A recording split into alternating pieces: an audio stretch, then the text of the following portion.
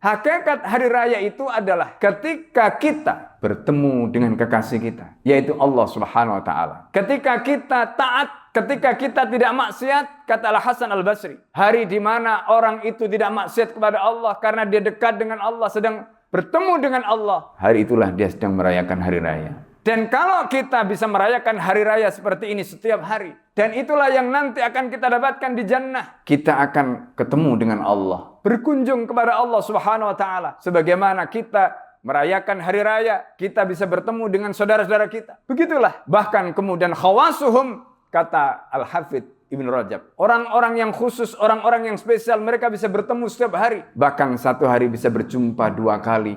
Allah Subhanahu wa taala bisa mereka lihat, wujuhu yawma idin nadhirah ila rabbiha nadhirah, kata Allah Subhanahu wa taala.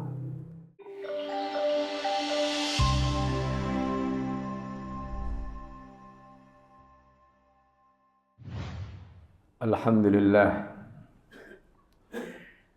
Alhamdulillahil qail fi kitabih, a'udzu billahi minasyaitonir rajim.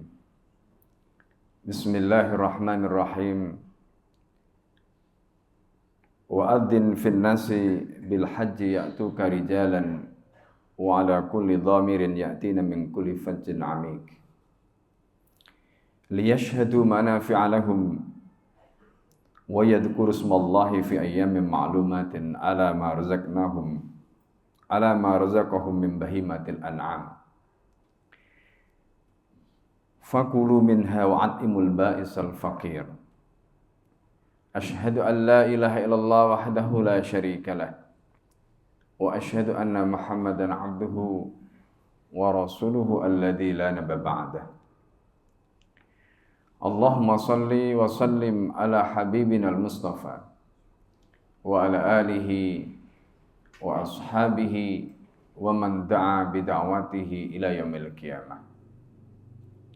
Fa ya ibadallah, unsikum wa nafsi wa iyaya bi taqwallah faqad fazal muttaqun.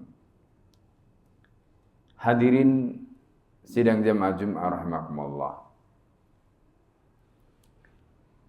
Di dalam surat Al-Hajj ayat 27 dan 28 yang khatib kutip di dalam muqaddimah tadi, Allah Subhanahu wa taala menyatakan wa'adzin fin nasi bil hajj.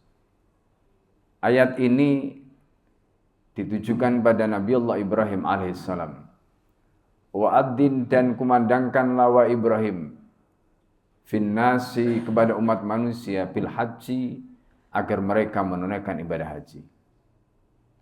Maka kata Allah, ya'tuka rijalan, mereka pasti akan memenuhi seruanmu, mereka pasti akan memenuhi panggilanmu dengan berjalan kaki. Wa ala kulli dhamirin, atau menaiki unta-unta yang kurus. Ya'tina, mereka datang, min kulli fajjin amik, dari lembah-lembah yang jauh. Ma'asyiral muslimin sidang jamaah Jumat rahimakumullah. Kemudian Allah menjelaskan alasannya. Allah menjelaskan hikmahnya di ayat berikutnya. Mengapa mereka diperintahkan untuk menunaikan ibadah haji? Liyashhadu manafi'a lahum, supaya mereka bisa menyaksikan manfaat-manfaat yang banyak sekali bagi mereka. Wa yadhkuru ismallah, dan agar mereka mengingat asma Allah fi ayyamin ma'lumat, di hari-hari tertentu. Ala ma razaqahum, atas apa yang Allah telah anugerahkan kepada mereka, min bahimatil an'am, berupa hewan-hewan ternak yang mereka bisa manfaatkan. Fakulu minha, kata Allah, maka makanlah dari hewan-hewan sembelian, hewan-hewan ternak itu. Wa'atimul ba'isal faqira, dan berikanlah makan kepada orang-orang yang sangat-sangat fakir. Ma'asyiral muslimin sidang jamaah Jumat rahimakumullah. 2 ayat ini menjelaskan kepada kita tentang bagaimana filosofi haji. ketika Allah Subhanahu wa taala memerintahkan kepada Nabiullah Adam, Nabiullah Ibrahim alaihissalam. Kemudian perintah itu menjadi kewajiban kita, diikuti oleh umat Nabi Muhammad SAW. Ketika Allah Subhanahu wa taala menegaskan perintah itu, dan para ulama menjelaskan perintah tentang ibadah haji ini itu diwajibkan pada tahun yang ke-9. Ma'asyiral muslimin sidang jamaah Jumat rahimakumullah. Secara resmi Rasulullah SAW baru berhaji pada tahun ke-10 Hijriah, yang kemudian dikenal dengan Haji Wada. Dan perintah haji itu adalah merupakan perintah yang sudah berlangsung turun-temurun sejak Nabiullah Ibrahim alaihissalam. Sebagaimana dalam surat Al-Hajj ayat 27 tadi. Ma'asyiral muslimin sidang jamaah Jumat rahimakumullah. Pelajaran yang paling berharga sebagaimana disampaikan oleh Al-Mawardi di dalam kitabnya Adabud Dunya Waddin. Kita umat Nabi Muhammad SAW diperintahkan oleh Allah untuk beribadah. Sebagaimana disebutkan dalam Al-Quran, wa ma khalaqtul jinna wal insa illa liya'budun.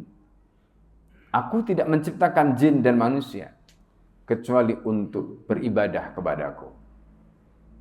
Ibadah yang paling ringan, kata Al-Mawardi, karena kita tidak memerlukan modal, kita tidak perlu mengeluarkan apa-apun, itu adalah ibadah sholat. Sholat itu adalah ibadah yang hanya memerlukan tenaga. Kemudian setelah itu meningkat, yaitu ibadah puasa.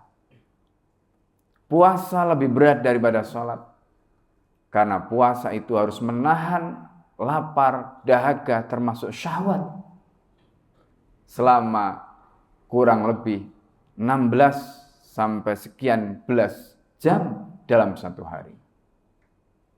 Kemudian setelah itu meningkat lagi ibadah yang ketiga, yang itu lebih berat daripada yang pertama dan kedua, dan itu adalah ibadah zakat. Karena zakat itu mengharuskan orang Islam untuk mengeluarkan uangnya, mengeluarkan hartanya, baik itu zakat fitrah maupun zakat mal. Bagi orang yang belum selesai dengan sholatnya, bagi orang yang belum selesai dengan puasanya, maka tentu dia akan sangat berat untuk menjalankan ibadah yang disertai dengan pengorbanan, yaitu pengorbanan harta. Dan kalau ini sudah selesai ibadah yang ketiga ini, maka dia akan naik levelnya untuk menjalankan ibadah yang keempat, dan itulah ibadah haji. Ma'asyiral muslimin sidang jamaah Jumat rahimakumullah. Ibadah haji ini, kalau kita kembalikan kepada hakikat ibadah ini bukan hanya ibadah fisik. Di dalam haji menuntut fisik kita. Fisik kita harus prima. Yang kedua, dia menuntut waktu kita.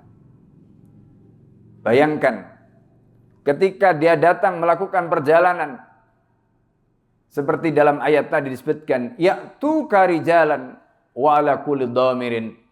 Mereka akan memenuhi panggilanmu dengan berjalan kaki atau naik di atas unta-unta yang kurus. Ketika itu mereka membutuhkan waktu berminggu-minggu, berbulan-bulan. Hari ini juga sama.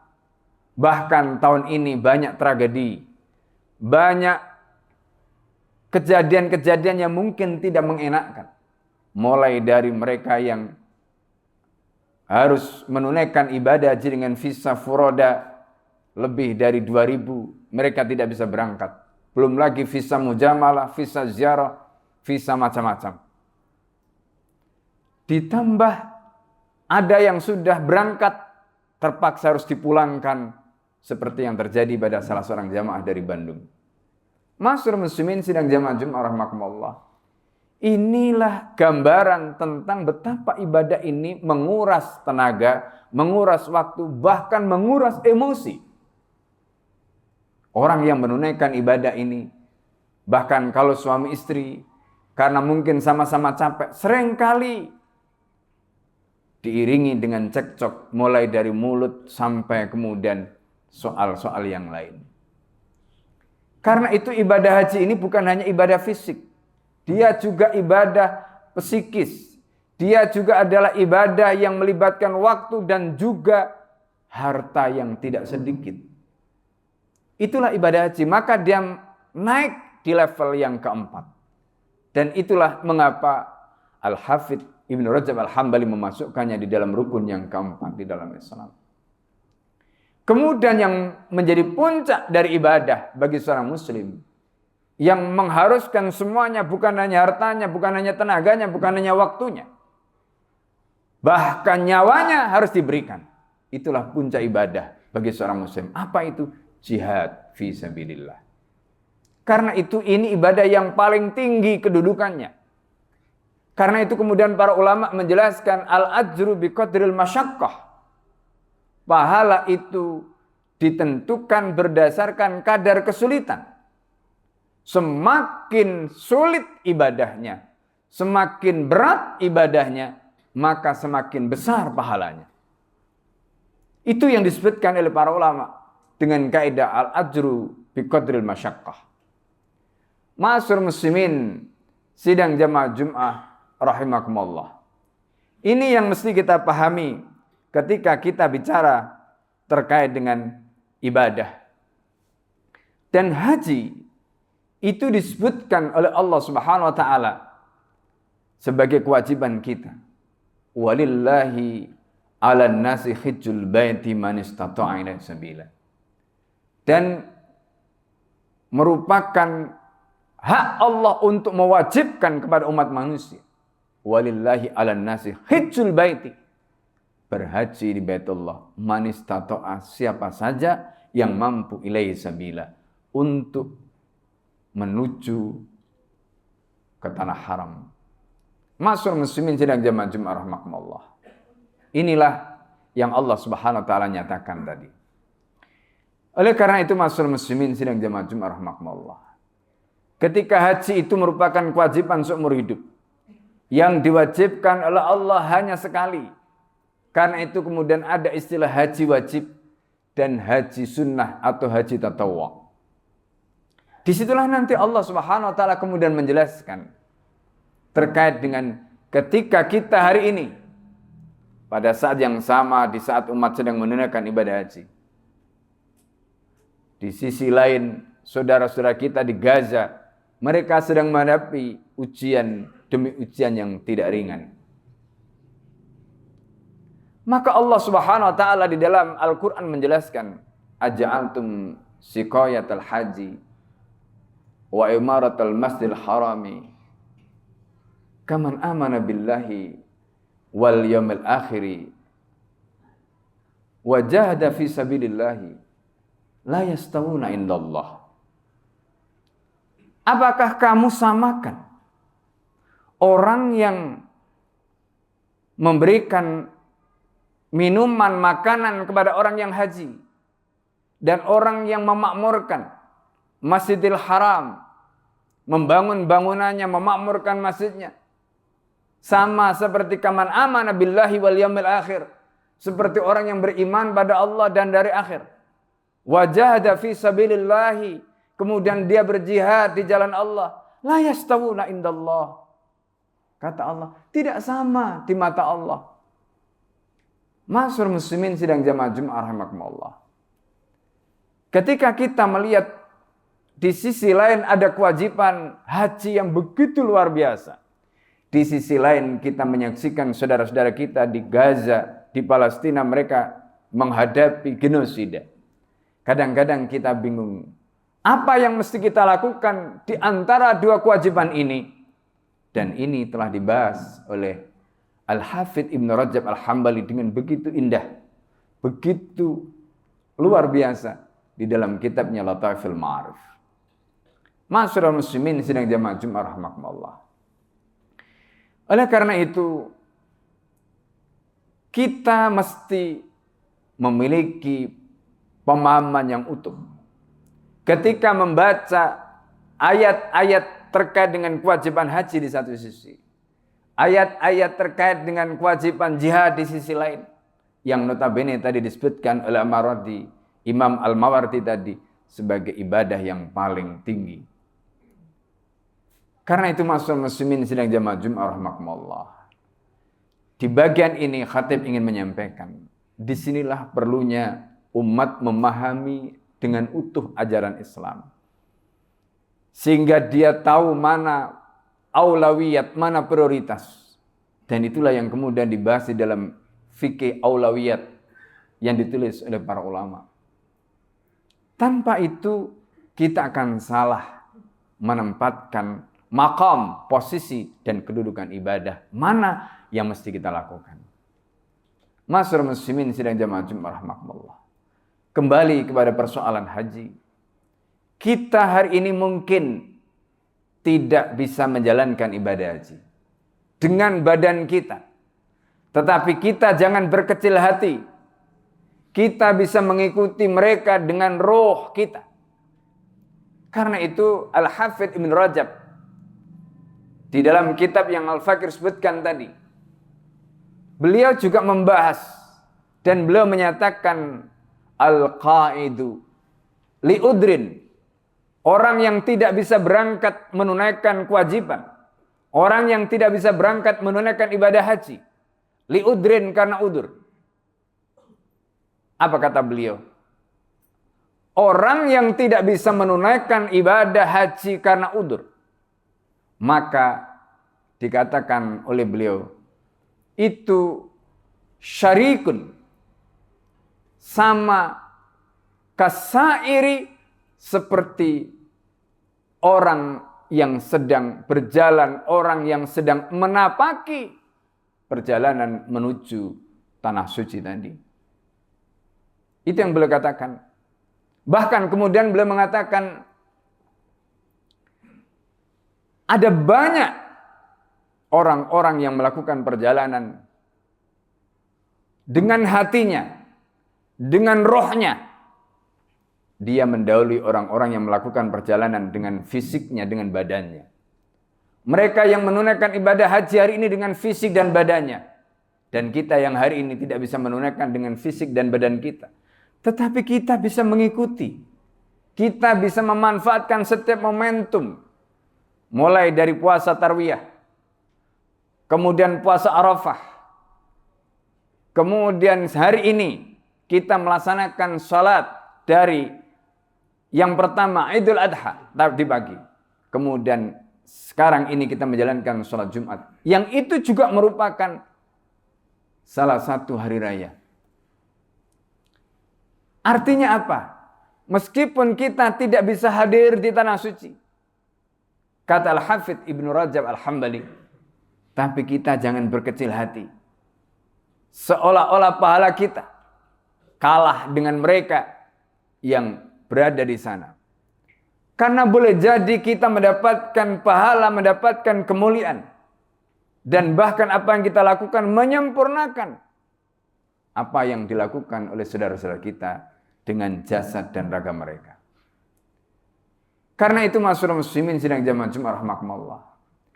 Kesadaran yang harus kita miliki adalah bahwa kita hari ini merayakan Idul Adha. Apa makna merayakan Id? Id ini kita rayakan sebagai bentuk farah, kesenangan, surur, kebahagiaan. Untuk apa? Karena kita mendapatkan kemuliaan, kita mendapatkan fadl, kita mendapatkan barakah.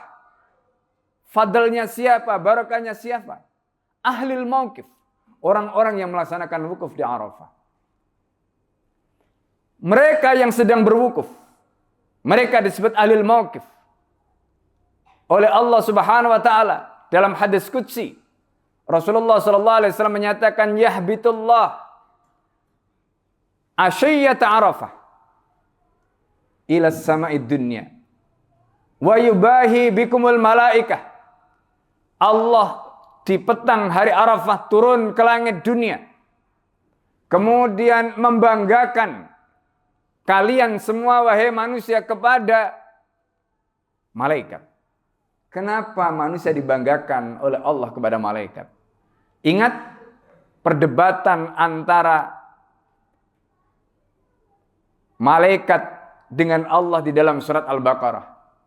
Ketika malaikat protes kepada Allah karena menciptakan manusia, malaikat mengatakan, ataj'alu fiha, apakah engkau akan menjadikan di muka bumi ini man yufsidu fiha wa yasfiku dima'a wa nahnu nusabbihu bihamdika wa nuqaddisu lak, makhluk yang akan merusak bumi, makhluk yang akan menumpahkan darah, sementara kami nusabbihu bihamdika wa nuqaddisu lak, kami mensucikanmu dengan memujimu dan kemudian bertasbih kepadamu.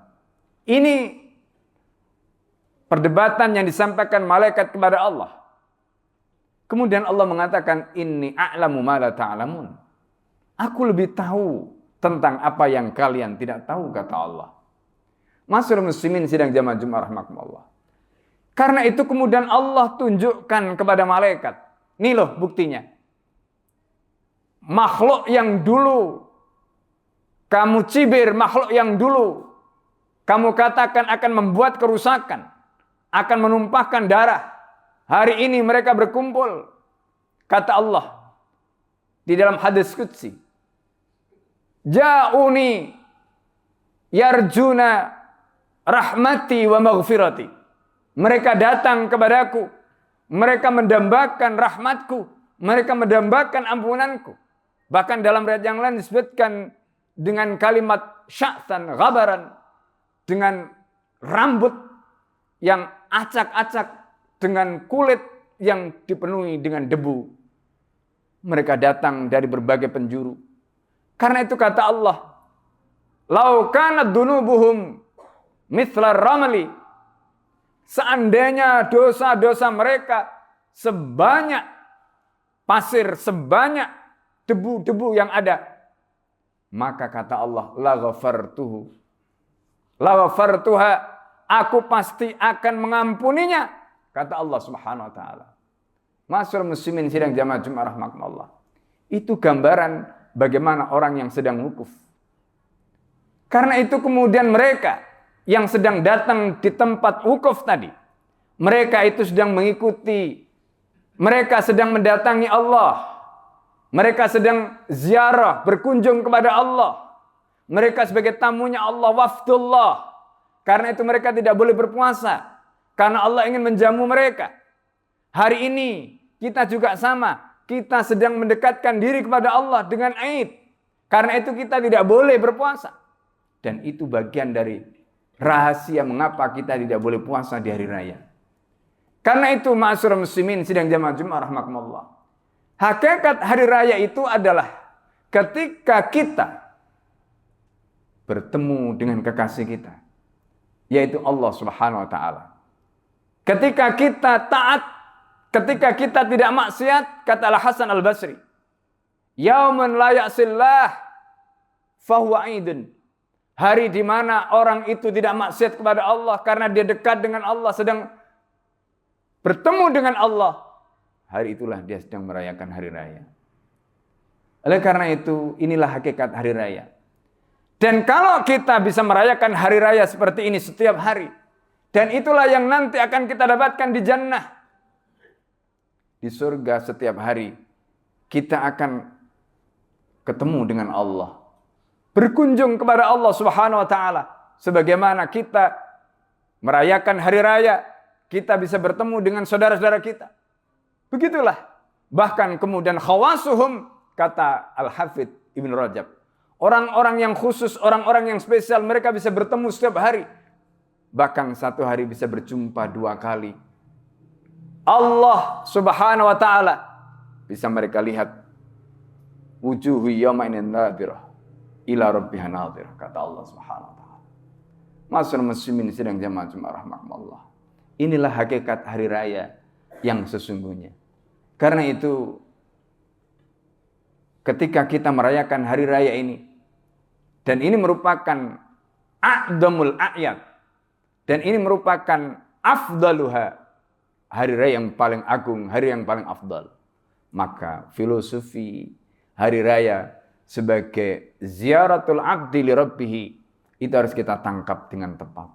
Sehingga kita insya Allah melalui momentum ini tidak hanya merayakan hari raya setahun hanya 2 kali.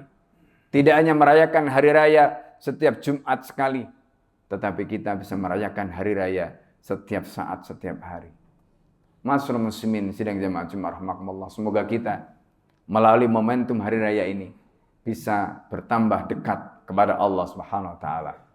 Laisal id liman labisal jadid wa innamal id liman ta'atuhu tazid.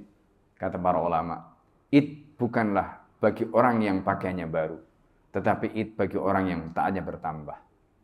Aku qouli hadza astaghfirullah li wa lakum wa li sa'iril muslimina wal muslimat wal mu'minina wal mu'minat fastaghfiruhu innahu wal ghafurur rahim. Alhamdulillah. Alhamdulillahilladzi hadana li hadza ma kunna linahtadiya laula an hadana Allah.